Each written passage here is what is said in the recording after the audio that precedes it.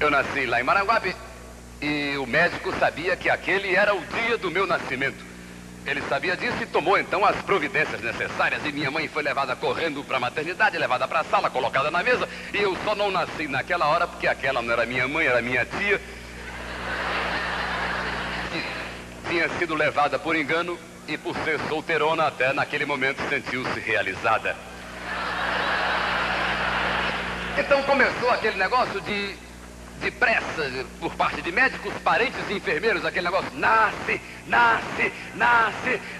mas eu de modo algum faria aquilo. Eu jamais nasceria sem que minha mãe estivesse presente, coisa que eu considerava altamente atentatória aos bons princípios cristãos.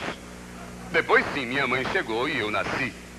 Eu não era exatamente uma criança feia, eu era difícil de ser entendido. Tanto que a enfermeira, logo que me viu, olhou e disse para o médico: doutor, será que não houve engano? Isso aqui está parecendo uma vesícula.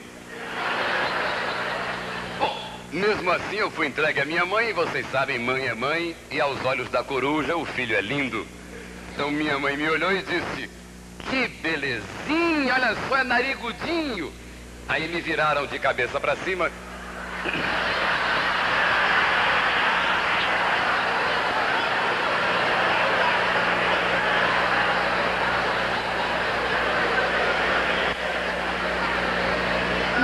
Teve, naturalmente, uma pequena decepção, mas mesmo assim me levou para casa. E eu fiquei em casa guardado.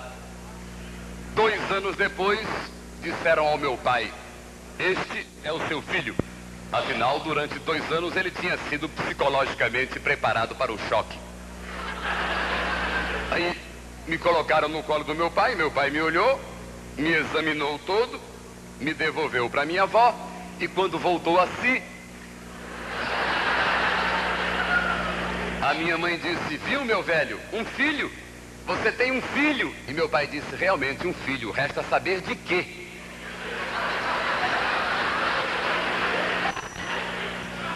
Mas, fosse como eu fosse, eu tinha que ser registrado. Esse foi o primeiro problema, porque, primeiro, era saber quem na família tinha peito para sair comigo na rua. Não, eu era tão feio que a babá não empurrava o carrinho, ela puxava. Um dia, a babá, por descuido, colocou um abacaxi no carrinho e saiu para passear com o abacaxi, e a cozinheira quase me corta para me botar na salada de frutas. E vocês vão de convir que um rapaz de bons princípios numa salada de frutas é altamente deprimente. Bom, havia ainda uma segunda corrente na família que achava que eu não devia ser registrado. Achava que era muito mais certo meu pai requerer uma patente de invenção. Porque as minhas orelhas eram tão grandes que quando o calor era forte, minha mãe me colocava na frente das visitas dizendo não. Mas afinal, depois de pequenos debates familiares, resolveram que eu deveria ser registrado, que isso era o certo. E aí foi pior, porque o nome tinha que ser escolhido para mim. E nome no Ceará não é brincadeira, não é escolher Mário e Batiza, não. O cearense gosta de inventar nome. José lá é nome raro. Então, o nome de cearense é Esdras, Gontran, Adnel, Avilon, tudo nome de remédio.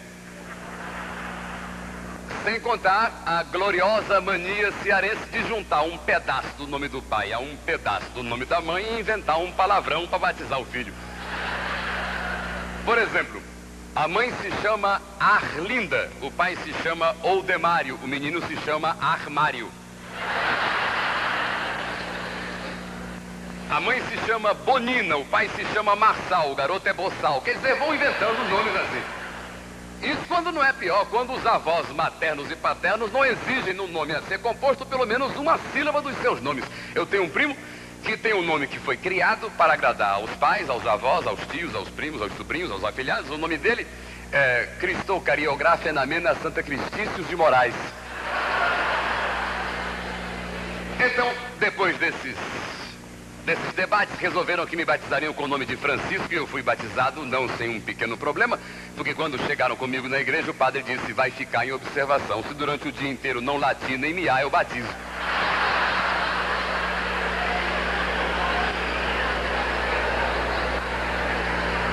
Como durante todo o dia eu me comportei e me controlei, fui batizado. E do dia do meu nascimento até o dia de hoje, o dia em que venho aqui ganhar um prêmio de melhor humorista, humorista de profissão, porque ao Roquete Pinto os políticos não concorrem. No dia do meu nascimento até hoje, muita água passou debaixo da ponte e muita coisa aconteceu comigo a cada ano da minha vida, porque comigo acontece uma coisa sui generis. A cada ano que passa eu somo um ano à minha idade. Eu sou diferente da minha mulher, que atualmente está com 32 a caminho dos 27.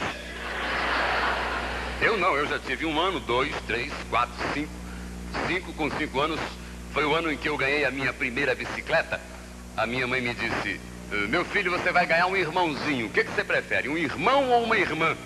Eu preferi uma bicicleta e no dia seguinte minha mãe me deu a bicicleta. E hoje que eu sei das coisas é que calculo o quanto minha mãe deve ter sofrido.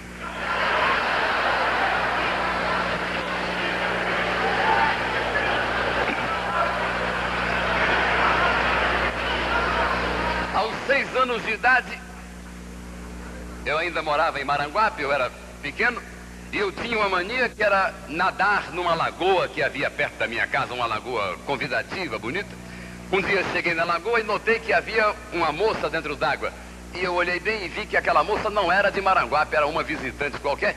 E vi uma coisa muito mais importante, que a roupa da moça estava do lado na relva e que ela estava tomando banho à paisana.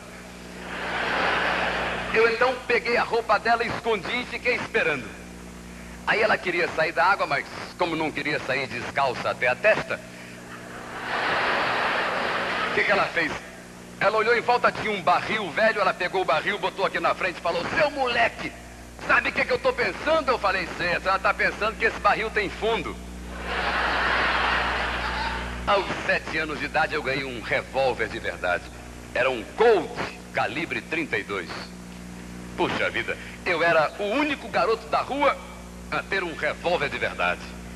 Uma semana depois eu era o único garoto da rua.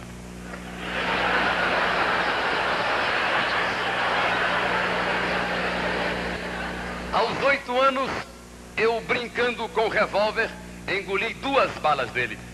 Engoli 2 balas daquele Colt. Fui levado ao médico correndo, o médico me examinou e falou: perigo de vida não tem, agora convém não virar o garoto na direção de ninguém.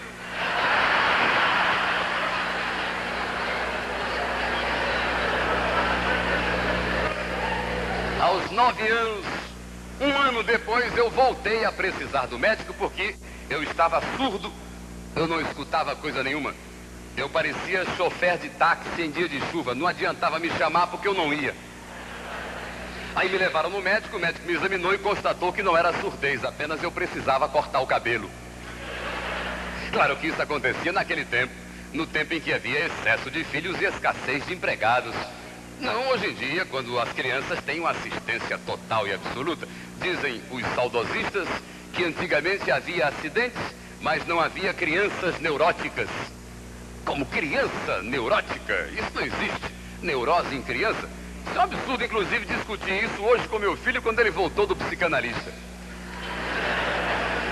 13 anos depois do meu nascimento, exatamente 13 anos após nascer, eu completei 10 anos de idade. Eu era meio atrasado, realmente. Quer dizer, eu era diferente das crianças de hoje, que já sabem tudo a respeito das abelhas e das flores, dos bois e das vacas, dos pais e das copeiras. Eu era bobão mesmo, tanto que tinha um sujeito na minha rua, que toda vez que eu passava ele dizia: você viu o casmurro? Eu dizia: que casmurro? Ele dizia: um que te chama de burro. Todo dia. Aí meu pai me disse: meu filho, quando ele aparecer, antes dele perguntar pelo casmurro, você pergunta a ele se ele viu o olegário.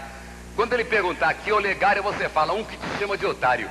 Eu aí nem esperei encontrar com ele. Fui à casa dele, bati na porta, ele abriu, eu falei: você viu o olegário? Ele falou: foi pra casa do casmurro. Eu falei: que casmurro?